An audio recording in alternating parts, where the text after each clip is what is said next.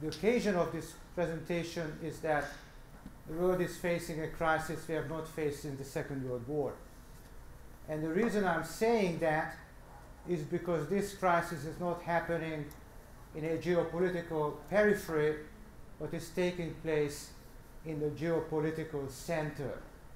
And that makes every crisis all the more dangerous, even though I assume that for most of you, Ukraine has not been the center of attention. I mean, we look at the Middle East, we look at China, but we seldom look into the former Soviet space because we assumed that that is a more or less stable part of the world.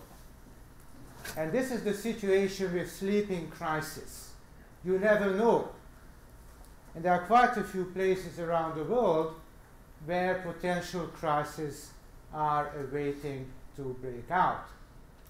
Another reason for our complacency is that when the Soviet Union collapsed and the Soviet space in Eastern Europe collapsed between 1989 and 1991, some pundits predicted, and I don't want, this guy's been bashed so many times, I don't want to go into it, but a guy called Francis Fukuyama published a well-publicized and quite influential book that predicted the end of history, meaning to say that we are now looking forward to a period in history where rivalry and competition would be replaced by some kind of a liberal order. Eternal peace a la Immanuel Kant. Immanuel Kant has written a famous essay on eternal peace. This is going to be an era of democracies, and democracies don't fight each other.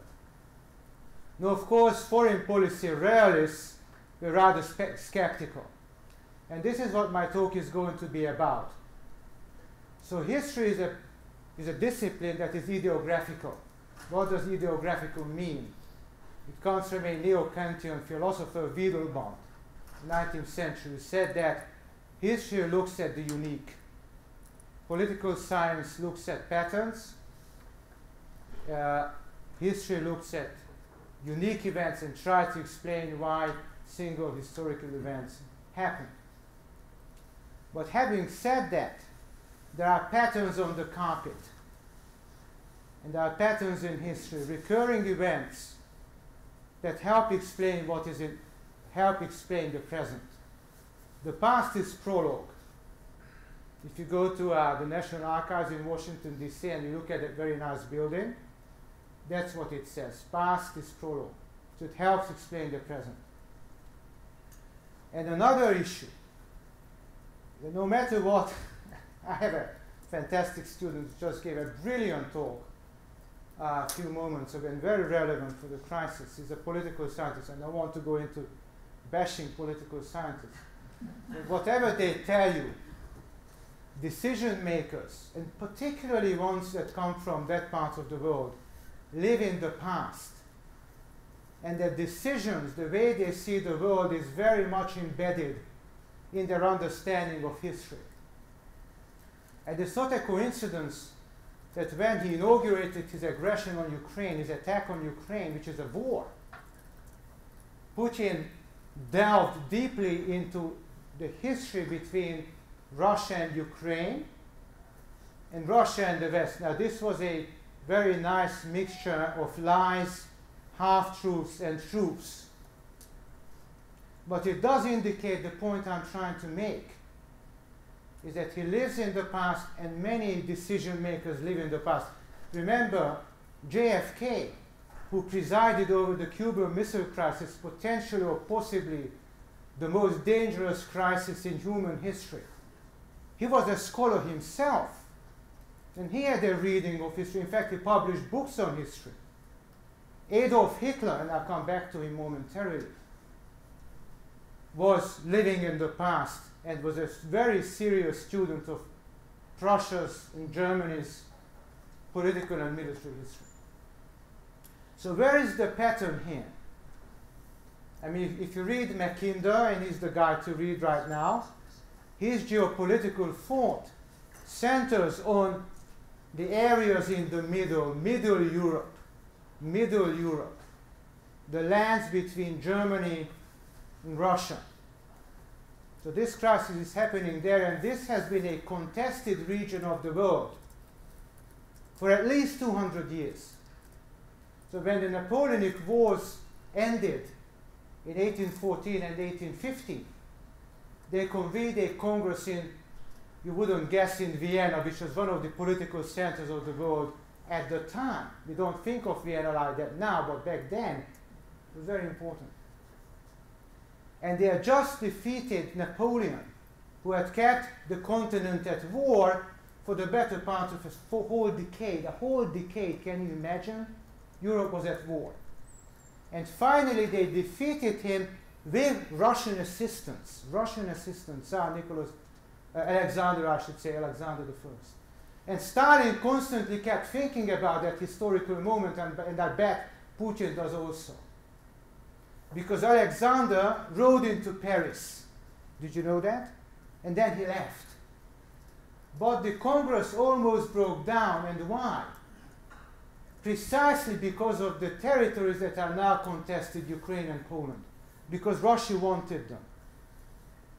And it took the diplomacy of Metternich and Castlereagh and Talleyrand to bring Alexander and his advisors to heel and agree to a lasting settlement of Middle Europe, of the situation in Middle Europe. And as Henry Kissinger likes to point out, the system created by Castlereagh and Metternich brought stability to this very contested and very volatile part of the world for almost a century. In fact, a full century. Right until 1914, and again, this is a historical event we like to forget about.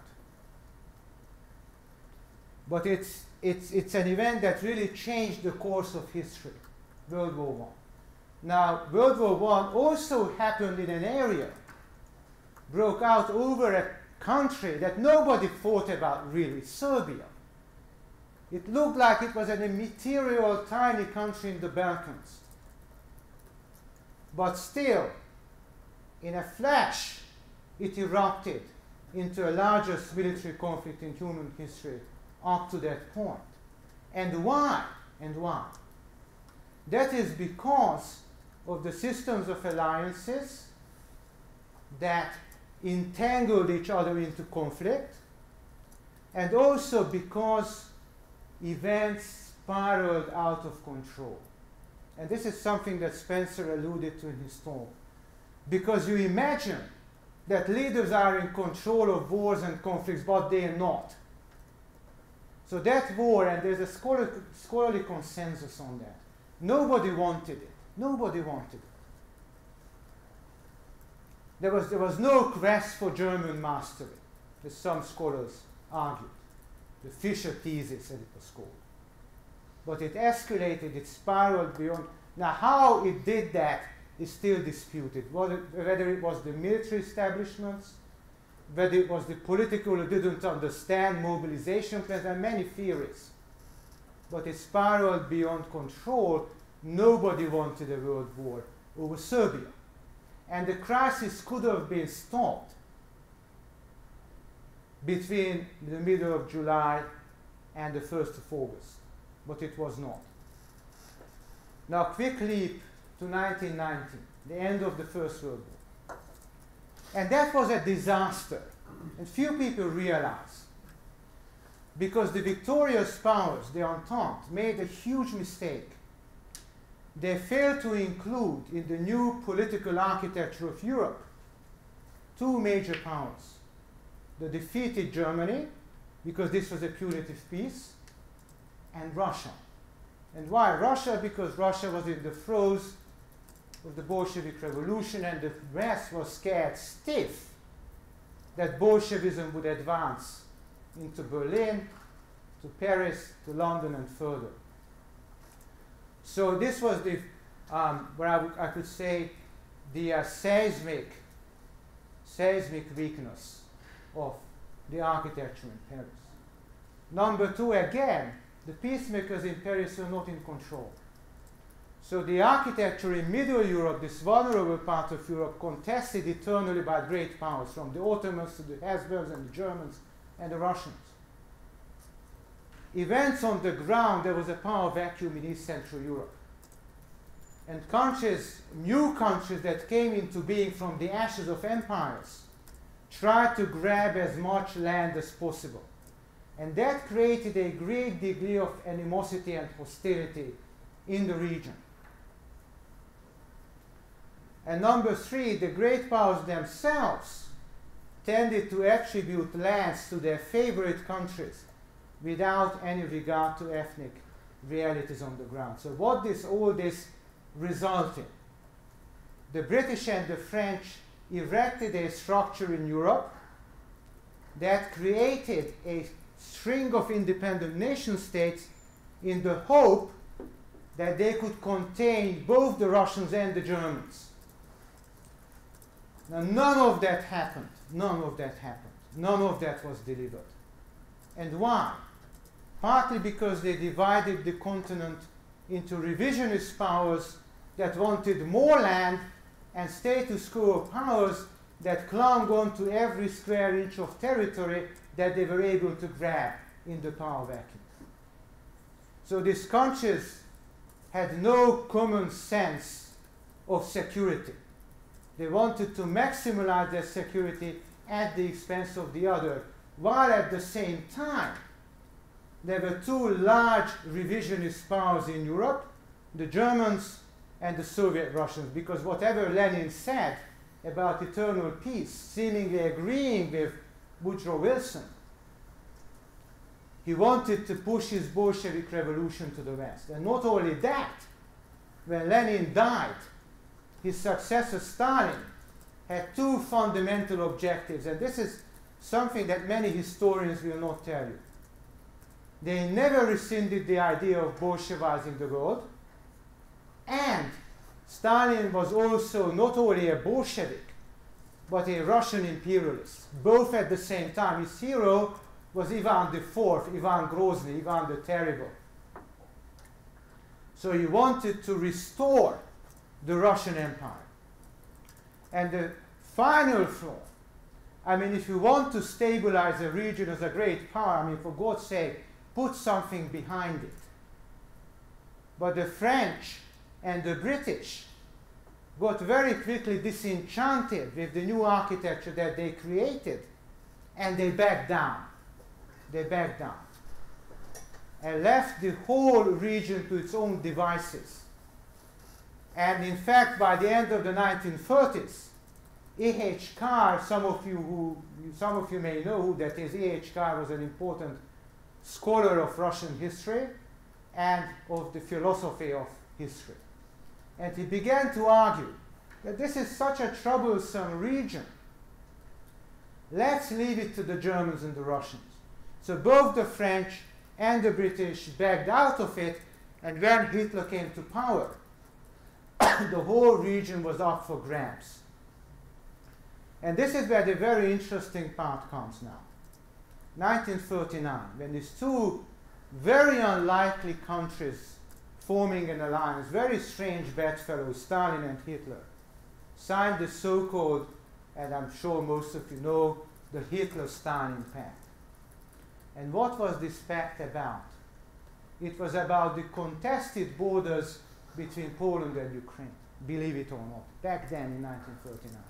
It was about the borders between Poland and Ukraine, because there was a Soviet-Polish war in 2021, where the Poles got bits of territory in Ukraine and Belarus that the Russians wanted for themselves.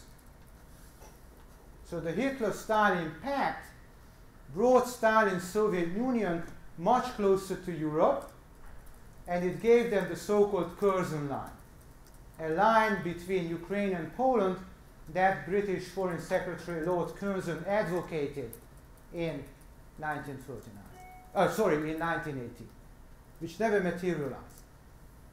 Now both tyrants, the Nazis and the Bolsheviks, hedged horrendous plans for the region. If Hitler had won the war, he wanted to murder 30 million Ukrainians. And why? For German colonization in the East, in his ideology of Lebensraum.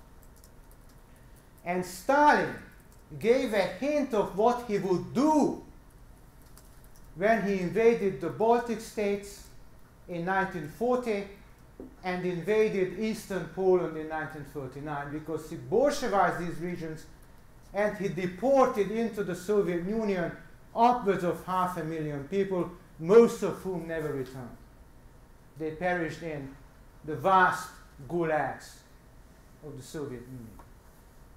But it was a strategic attempt to delimit the seismic strategic line between two great powers, the Germans and the Soviets.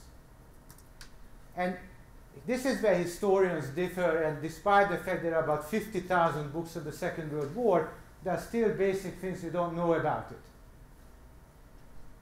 But be that as it may, the alliance between the two, this really horrendous alliance between two totalitarian dictatorships, broke down over the Balkans. Because in 1940, when Molotov went to Berlin, Vyacheslav Molotov, a very tough guy actually, Iron Pants as he was called, Iron Pants, that was his nickname in the Truman administration. He would not give an inch. He was an ardent, staunch Russian imperialist and a Bolshevik. They, believe it or not, which countries were they arguing about? Not the Middle East or India, Romania and Bulgaria. What should happen to Romania and Bulgaria? Because both the Germans and the Soviets coveted it because of their proximity to the Black Sea and the Mediterranean. So Hitler decides to attack the Soviet Union in 1941. And then there's a huge seismic change in world politics, because another very unlikely coalition happens. From one day to another, there's an alliance between the US, Britain, and the Soviet Union, and they defeat Hitler's Germany. But there was something that Goebbels pretty much understood, that this was only an alliance of convenience, held together by the common foe, but there was no community of principle. And there was also a very significant strategic, not meeting of minds, but adversity between the two sides. So President Roosevelt wanted the Soviet Union to be part of a condominium of powers that would safeguard world stability. I mean, imagine that Roosevelt dreaming about roping Stalin in to maintain world stability, but Stalin was not an ideologist. I mean, he was not an idealist, I should say. He was a real politiker. He wasn't interested in some kind of a grand scheme to stabilize the world. He was not interested in that. What he was interested in is power, economic and military power. And this is where you need to listen to very carefully. So what did Stalin say? He said, the Tsars knew how to win a war, but they didn't know how to win peace. But I do. And what did he mean? Cuius regio eius religio. Whoever controls the land will introduce his religion. And for Stalin, that was Bolshevism. So all the territory that the Soviets conquered, the war trophy for Russia's greatest military victory in their history, defeating Hitler, he would hang on to and Bolshevize. And no matter, and I don't want to mention names, but you still get scholars who say it was the Americans who pushed Stalin to invade and Bolshevize Central Europe. I mean, that has nothing to do with empirical data, what we know from Russian and East European archives. Right from the very outset, this is what Stalin wanted. He was in Berlin Berlin, he was in Prague, he was in Budapest and Bucharest. So it was basically controlling, as the National Council put it, the heart of Europe. And there was no peace conference this time, because they couldn't agree on which country? Germany. So Germany was divided, Berlin was divided, and Stalin was, and the Soviet Union was sitting in the furthest position to the west in Russian history. And this is the nostalgia today, that this was what made the Soviet Union a global power. The Russians were never interested in Asia, never. They were not interested in India. You know, when Molotov was in Berlin, Hitler told him and Ribbentrop told him, why don't you take India? Molotov said, I don't care about India, I want the Balkans. So Russia is focused on Europe. It's focused on Europe. This is what they want to control. And again, a fast leap forward to 1989, 1990. Eastern Europe, East Central Europe, Poland and Hungary, and then Czechoslovakia liberates itself. And I have to emphasize that because it was self-liberation. So basically these countries, it was an internal-external linkage, as they call it in political science, internal-external linkage.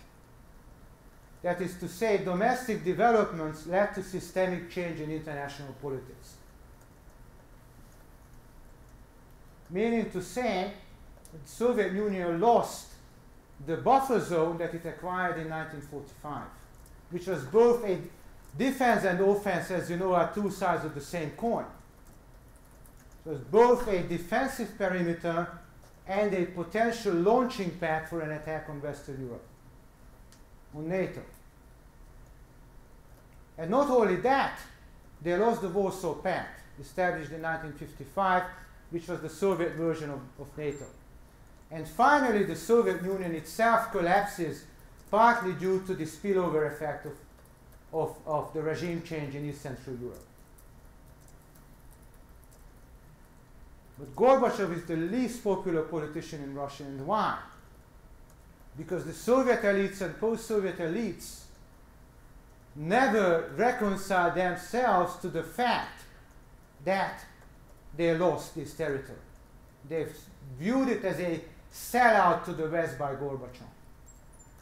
Now, what was the Western position? And this is very, very interesting.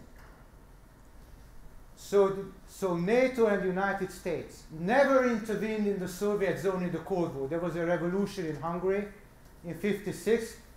Literally the same thing was playing out in Budapest that you now see, except that it wasn't the Hungarian army, but civilians, your age, kids your age, who were fighting the Soviet army. 3,000 people were killed. Was there a Western intervention? No, and why? Because they understood if we do so, that's World War III. And then Czechoslovakia in '68, and the status quo was again observed because they understood that in their vital zone of interest, the Soviets would go to any lengths to keep it, any lengths. And that they understood to be a nuclear war.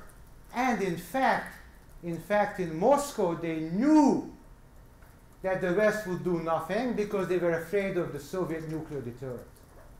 And that's probably what Putin is thinking now. '89, you would think that the West was jubilating that the Iron Curtain was coming out. It was not the case. Because they were afraid of the future, because this was a predictable world, and it's very difficult to go from a predictable to an unpredictable world. So Bush was not about to jump on the wall. This is a direct quote. He was not going to jump up and down the wall, meaning the Berlin Wall. What does that mean? How do you decode that? That he would not use it for America's advantage at the expense of the Soviet Union, because what did the Bush administration think? That finally we have a pro-Western administration, not anti-Western madmen like Khrushchev or Stalin. Gorbachev is somebody we could work with. And if they lose East Central Europe, then Gorbachev is going to be unseated and kicked out by his conservative opposition. So they were incredibly careful because they understood that a Pax Sovietica could be replaced by a chaotic power vacuum. But be that as it may, by 1990 it was clear to the Bush administration that the Soviet Union is going to go away. And somebody has to fill that power vacuum. And in fact, what happened? NATO pushed to the east after 1989. Now, this you will read about. And Putin actually mentioned in one of his addresses very recently, we were conned by the West. And what did he mean? Now, the major problem in 89 and 90 was not just what would happen in East Central Europe, but what would happen to Germany. Could it be unified? Now, Germany was off the agenda of international politics for decades. And so much the better, because in 1961 the world almost went into a nuclear war over Berlin. But now it was back. So what to do about it? And Bush's agenda was unification by annexation into West Germany, plus NATO membership. And miraculously, Gorbachev agreed, and allegedly his military advisor Sergei Akhromeyev, who was sitting there, literally fell from his chair. He was so stunned because Gorbachev never discussed it with anybody before. This is Bush's reconstruction, but it was a stunning development. And the documents are there. There was a pledge. You can read it online. The National Security Archive posted them, these documents, Russian, American, and other NATO documents, that there was a pledge from the part of Secretary of State Baker and others that there would be no NATO expansion to the east. But what was the problem? What was the problem? All of the countries that emerged from the Soviet Union, the Soviet republics, and the East Central European states wanted security. I vividly remember, because I was part of those debates in Hungary. What shall we do about security? There were many, many options to go. But the most popular, of course, was joining NATO. Joining NATO. But what is the problem there? Again, this is the Hobbesian trap or the security dilemma. So what is security for one is insecurity for the other. What is defense for one is an aggressive measure from the perspective of the other. And you know, many people predicted that. George F. Kennan or Kenneth Waltz. And I am a very humble person in comparison with those guys, very, very humble. But I published a piece in 1999, which was actually presented to the US Senate by Susan Eisenhower, where I predicted that this would happen. That there would be a backlash from Russia, because Russia has never gone as a great power. And it's a misconception that just because a country is declining economically and demographically, which is absolutely true about Russia, but it can still be a menace. How many warheads there? 6,500? Something like that? So it wants to be a great power, and it acts like a great power, and it has the military potential to be a great power. So again, it's completely understandable, and we all wanted this to happen, but eventually what happened was that the first round, 1999, Poland, the Czech Republic, and Hungary were taken in, and Slovakia, Bulgaria, Romania, and then the Baltic states. And what is a strategic nightmare for Russia, NATO appeared on their borders. Now, of course, they wanted to rope in Russia at a certain point, and there was a Russia-NATO partnership. But a full membership would never happen. Now, Russia's behavior in international politics, vis-a-vis the West, it's very interesting. There's a pendulum, to and fro, to and fro. In 1815, it sided with the British to defeat the French, and the Habsburgs to defeat the French. Then the pendulum swings back a little bit, but the Holy Alliance, until the Crimean War, Russia is very pro-Western. Pro-British, pro-Western. Crimean War happens, pendulum swings away, Russia and the West become incredibly hostile, 1852-53. Actually has a bearing again, Crimean War has a bearing on the current crisis. And then in the 1890s, they come back to the West again. So there's a transitory period where Russia and Germany are close together, the Dreikaisersbund, the alliance of the three emperors. And then from the 1890s, the Russian pendulum swings back to the West. This eternal possibility of an alliance between Russia and France. And then the British come in, and right until 1917, until the Bolshevik Revolution, they fight together. They're fighting the Central Powers, Austria-Hungary, and Germany. And then after the Bolshevik Revolution, there's a new honeymoon between Germany and Russia, another honeymoon, culminating in 1939, and then Russia swings back to the West again. And then the Cold War, Russia is isolated, very dangerous, very, very anti-Western. And then again, the pendulum is swinging back in the 1990s. Yeltsin, Russia under Yeltsin seems to be quite pro-Western, and what we are now seeing is the eternal pendulum swing in Russia back to hostility to the West, looking at the West as a potential enemy, an enemy that wants to destroy Russia. This is the way they see it. Now the problem again in the architecture of the post-Cold War world, it was never really strategically thought through. Russia was never really included in the dialogue. And there's a country that was left in the limbo, which is Ukraine, because Ukraine got nothing. No NATO membership, no security guarantees. The Budapest Memorandum guarantees Ukraine's borders, of course, but this is not a very hard guarantee.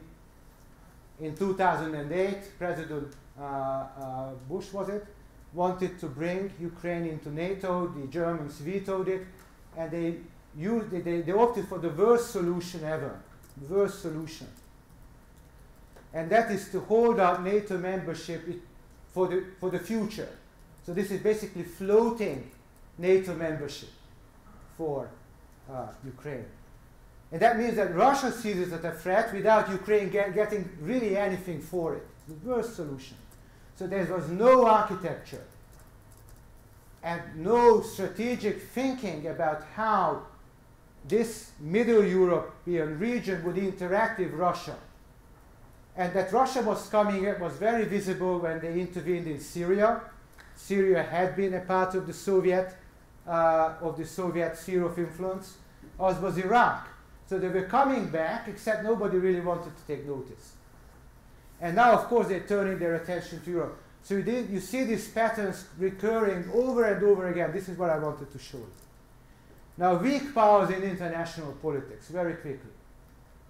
We seldom think about them. If you read books about international politics, its theory and history, you read about the Ottomans, the Chinese, the Japanese, and the US, and the British, and the Germans, and everybody else is just a small footnote. But in reality, weak states play a very significant role, partly because they are unable to fend for themselves. So look at Ukraine. They can't fend for themselves, or Poland, or Hungary, or Austria. They need great powers to protect them. And sometimes they bandwagon for security and lend their services to predatory powers like Nazi Germany in the Second World War. Another way they can influence international politics is called the leverage of the weak.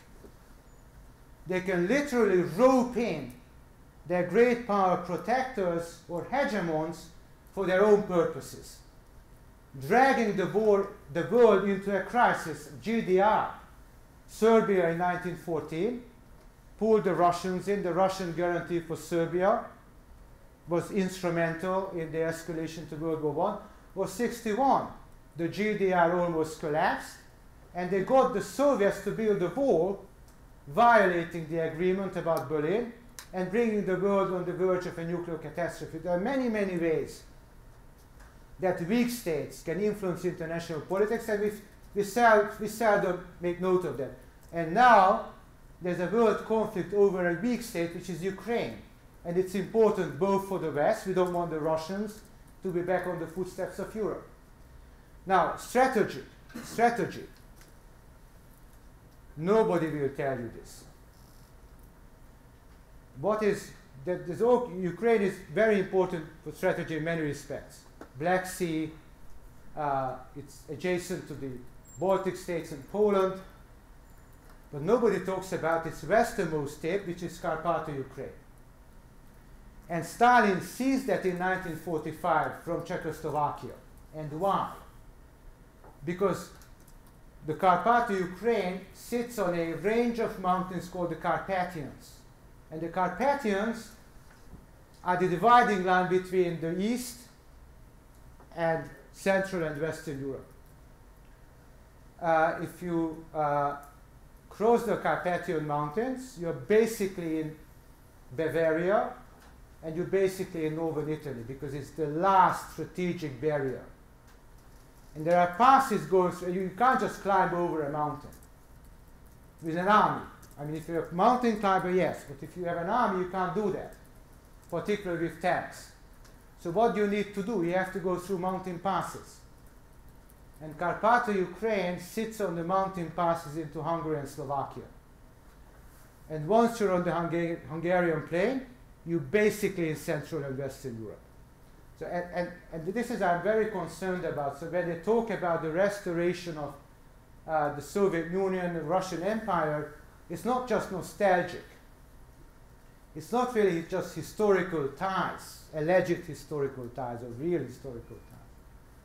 But there's these very important strategic positions, the gateways into Europe. So it does matter whether Ukraine is sitting on the passes or Russia is sitting on the passes. So it is strategically incredibly significant. And finally, and I want to leave some time for your questions or comments, if any. What are the possible outcomes? And this is speculation. I mean, speculation by historians. Because believe it or not, what you see of this conflict is just the tip of the iceberg. Most of this is happening invisibly on diplomatic and military and intelligence channels. There's very little that we actually know for a fact. What you see in the media is more often than not speculation by people who don't know too much themselves. Now, one scenario, of course, would have been the Czechoslovak scenario, 1938 or 68, and Czechoslovakia was invaded and they did not resist. Now, Ukraine is obviously resisting very heroically. The next scenario is the Hungarian scenario. And that crisis actually is very instructive. So anybody who studied it carefully is very, very instructive. But as I said, there was no Western intervention in the belief that if they did, then that could potentially escalate into a nuclear war, and nobody wanted that. So what happened there was there was resistance for about a week, very bloody. In fact, the Soviets suffered very bloody losses. There were almost 700 troops killed in 1 week. But they were able to reintegrate the country into the Soviet Empire and stabilize the region without any kind of, and they had the West accept the Soviet sphere of influence. So that's one potential outcome, a reintegration into the Soviet Union, and the West is sitting idly by, really unable to do very much about it. So that's a very dire scenario. There's a better one. I was thinking about this. In 1939, the Finnish War. Few people talk about the Winter War, but in 1939, Soviet Union attacked Finland, and they probably wanted to annex it into the Soviet Union on a Bolshevik basis. They also wanted to cut off some territory, but in reality, the main goal, Stalin's real goal, was integration. But the Finnish army's resistance was so powerful, inflicting such casualties on the Soviets, that eventually they were able to get a deal. That is, they said to surrender Karelia to the Soviets, but they were allowed to retain their territorial, their independence and sovereignty as a state. And in fact, in 1948, when everybody believed that Finland would be the next on Stalin's hit list for Bolshevization,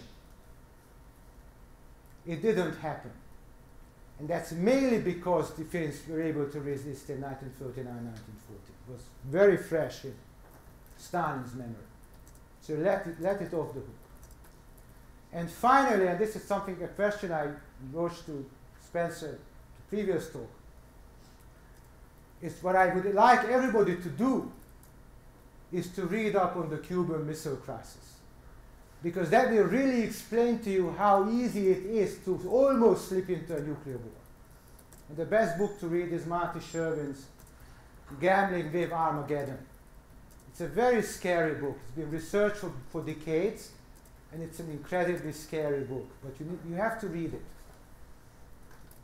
So what happened there was eventually, and this has been known for some while, it's not new, that in the most dangerous conflict in history, the Kennedy administration was able to offer a deal to Khrushchev surreptitiously, never announced publicly, that the US would remove certain nuclear weapons from the Soviet border, and in return, the Soviets would pull back their nuclear warheads and missiles from Cuba, and everybody would respect Cuba's sovereignty and independence. So that's another potential outcome. About others, I don't want to speculate, and Spencer did that in the previous talk. Nuclear escalation, which is now very unlikely, but unfortunately not completely, cannot be completely excluded. So what I want you really to take out of this presentation is to know and understand that every situation, every historical situation has long-standing diachronical reasons. And that decision makers, when they make a decision to negotiate, when they make a decision to wage war, they always think about history and how history, in their understanding, how history played itself out. But of course, there's another use of history, rhetorical use of history. When you justify your actions like Putin did with historical facts, as he put them, but of course they were airbrushed, mendacious readings of history, because, for instance, he neglected to mention the Hitler-Stalin Pact in 1939 and how the Soviet Union profited from German expansion in the 1930s. Good. So in Hawk Signal, I will stop here and let you ask questions if you have any. Luke. Do you think Putin's ultimate goal is to just recreate buffer zones, or does he want to reintegrate, basically wipe Ukraine, Belarus, and maybe Moldova off the map and push Russia's borders to Poland?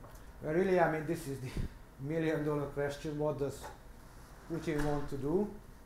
I think he wants to restore as much of the Soviet Union's strategic positions in Europe as he possibly can. So I'm pretty sure that he wants to reintegrate Ukraine in the sense that maybe even in a status that Ukraine had in the Russian Empire, that is with some measure of autonomy, but with very serious Russian control, meaning to say that this would be basically a client state of Russia with very important constraints on its foreign policy, very important constraints on its security policy, including a proviso that it would not be allowed to join.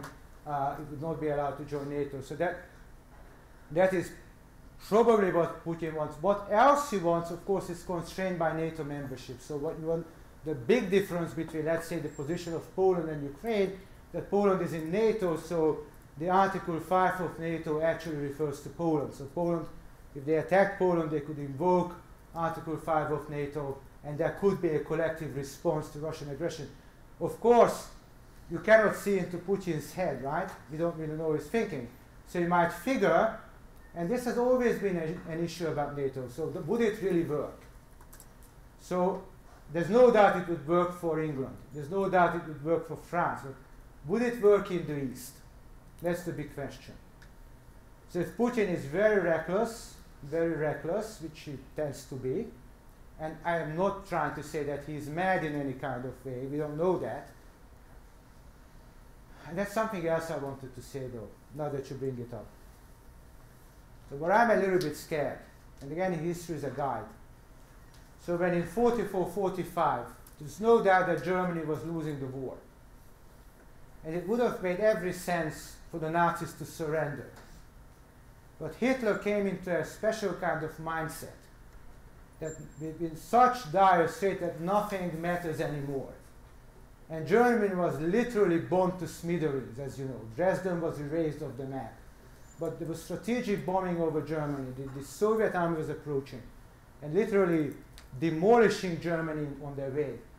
And for Hitler, this no longer mattered. So the self-destruction of Germany no longer mattered for Hitler. So would Putin ever get into a mentality like that? That even the destruction of Russia does. You know what is happening to Russia now? I've been to Russia many times in the 1990s. You cannot imagine how poor it was. And it made leaps and strides in standard of living for Russian people. It's going back to the early 90s. Putin is taking his own country. So that makes me a little bit afraid that he could get into a kind of mindset that nothing really happens anymore. So, you know, who can say? But yeah, Moldova, Georgia, I mean, those could be on the hit list because they're not NATO member states. And fortunately, the Biden administration's response was very, very sober, making it clear that the United States would not get involved in Ukraine. And not because we don't want to.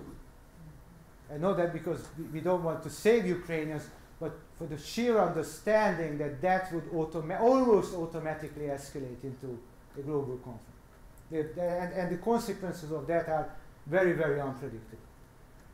So it's very, very hard to say. I've heard a Harvard professor, Mark Kramer, he's probably one of this country's best minds on Russia and international politics, say that there's an internal-external linkage, that is to say that this is a way for Putin to consolidate his hold on Russia because Ukraine was acting as a magnet for Russians to go west and to democratize, and he didn't want that. So for domestic he's doing this for domestic reasons, so this would be very bad news for Ukraine, and he predicted that he will use every method at his disposal to bring Ukraine under his sway, which is very bad news for Ukraine, unfortunately. It's a little bit of a good news for the external world because that would mean that his goals are limited. So there's probably some external constraints on his behavior. What the internal constraints is very, very difficult to say. It's a good question. Yes, Sydney. What will the implications be for NATO if Russia invades a Baltic state or Poland and NATO doesn't react? I mean, that's a nightmare scenario, and we really don't want to go there. Right now, the consensus seems to be that NATO will respond, but hic Rhodos, hic Salta, so we have to jump every obstacle when it comes up. And when that situation would, and I hope it doesn't arise, sobriety, some measure of soberness is left, that scenario doesn't arise. But if it does arise by any unfortunate consequence, then it will be a very, very difficult call. It will be a very, very difficult call to say that we want to invoke Article 5, let's say for Estonia, which is a tiny country in the Baltics, and potentially risk getting New York bombed. You know, in 1958, Khrushchev detonated a hydrogen bomb, which was 100 megatons. That alone is enough to erase New York off the map, completely erase New York off the map. And it's nuclear brinksmanship. That is, Spencer alluded to this. What Putin is doing now, and Lavrov is doing, is like, you know, going back to Molotov's times, Lavrov. He is threatening the West. This is a form of deterrence, of course. But when you have to make that call, it's very hard. I think Poland would be where NATO would definitely come in because Poland is too big. And of course, if they don't, obviously, then NATO's, you know, credibility is a very important aspect of international relations. We always forget about that. It's not just about, it's also about credibility. So, and that's a good question because of that, exactly because of this, because if you don't do anything, that NATO's credibility would suffer for a long time, almost irreparably. Yes, please. So, just with your overall knowledge of the pendulum, like you mentioned, will there be at any point in history, do you believe in the future, that that pendulum could stop? Yes. Yes, but I mean, we have to jump this hurdle. So we need to bring this crisis to an end and hopefully favorable solution that is favorable to Ukraine, but that is now very questionable. But there's plenty of common ground potentially between Russia and NATO. Now this will not happen in the short run. So if it's ever repaired, it will take time. But almost anything that we have to understand is almost anything can be repaired. So anybody tells you this is irreparable, it's not true. I mean, the world went from a Nazi Soviet alliance in 1939 to an American Soviet alliance in 1941 because of a common issue. And this is where other players in world politics come in. And I mean, China is now a partner for Russia, but it's a potential threat for Russia because now, you know, in 1949 when they signed the Soviet alliance, they signed the Soviet bloc, which was very, very scary at the time, very scary. Looking at it from America, it was very scary. Signed the Soviet bloc. It very quickly soured. It was literally ended in the early 60s, and in 69 there was a border clash between the Soviet Union and China. Because there are many, many issues there. And then the Russians were the senior partners, but Russia is now the junior partner in that, and they don't like it. The only thing that is pulling them together, aside from economics, that China is buying Russian gas, is that they have a common adversary. But otherwise, this is not a stable relationship. And once that happens, there's this triangle, you know, the strategic triangle that Brzezinski and President Nixon and Carter used in the 70s, this kind of strategic triangle, China, Russia, and United States. So if I want to put pressure on the Russians, I get closer to China, right? That's how I put pressure on them. But the triangle could work the opposite way, you understand. So if I want to put pressure on China, I can get closer to Russia. So it's not, you know, it's a very good question. It's not out of, it's in the cards, but obviously not on the short run now. It is possible though. Yes? So I wanted to ask you, if the West satisfies this imperial ambitions that Russia has and kind of makes a deal with Russia and sacrifices Ukraine as a result of this deal, wouldn't it create like a very unstable region right on the border of Europe? Because it's obvious that Ukrainian people are not gonna, they will keep resisting and they're not gonna give up. So it will be a constant frozen war on the European. That's a great point. And any deal should not include the territorial integrity and sovereignty of Ukraine. I have to make that clear. You cannot, because they did that in 1945, so they purchased stability at the expense of East Central Europe, right? And it didn't really work well for anyone. So the deal has to be somewhere else. And yes, it's a very dire situation for Ukraine. And any outcome, or most outcomes, are not very good ones. But a deal, when I said a deal has to be, I mean, Kissinger wanted to offer a deal in 1989 to Gorbachev, actually, on similar lines as the percentage agreement in 1944, but that was rebuffed. In fact, I think the Bush administration was probably behind it, but then they, you know, when they saw the outcry, they backed off. That's not the type of deal. It could be some kind of a strategic deal regarding the deployment of strategic nuclear weapons or the restoration of economic contacts with Russia. So now they have the sanctions and say, you know, we can offer the restoration of full economic contact. Something like that. It's not about Ukraine. It's not, because that would be disastrous. I mean, if the Russians understand that if they can get whatever they want if they invade, that's a terrible, terrible scenario. So it cannot be an offer of Ukraine to Russia. It makes no sense whatsoever. I mean, if there is any other possibility, it has to lay elsewhere. But yeah, I mean, this is now, this was a frozen conflict, and there's a likelihood that it will remain so, unfortunately. And again, this was the lack of any strategic vision after 1990. So the world went from one step to the other. Let's make this move and then that move. I mean, they saw the steps on the chessboard, but they didn't see the whole chess game. I mean, if a chess player plays chess, you don't just see what's on the board, but all chess players learn what other chess players have done in the last century. That's how they make their move. And unfortunately, this is not the way that it was played out.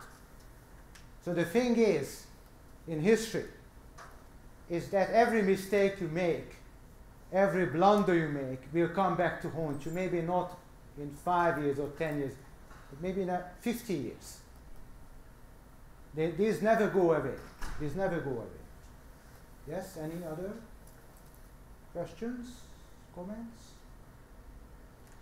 If not, I think it's time for me to go. So thank you so much for your attention.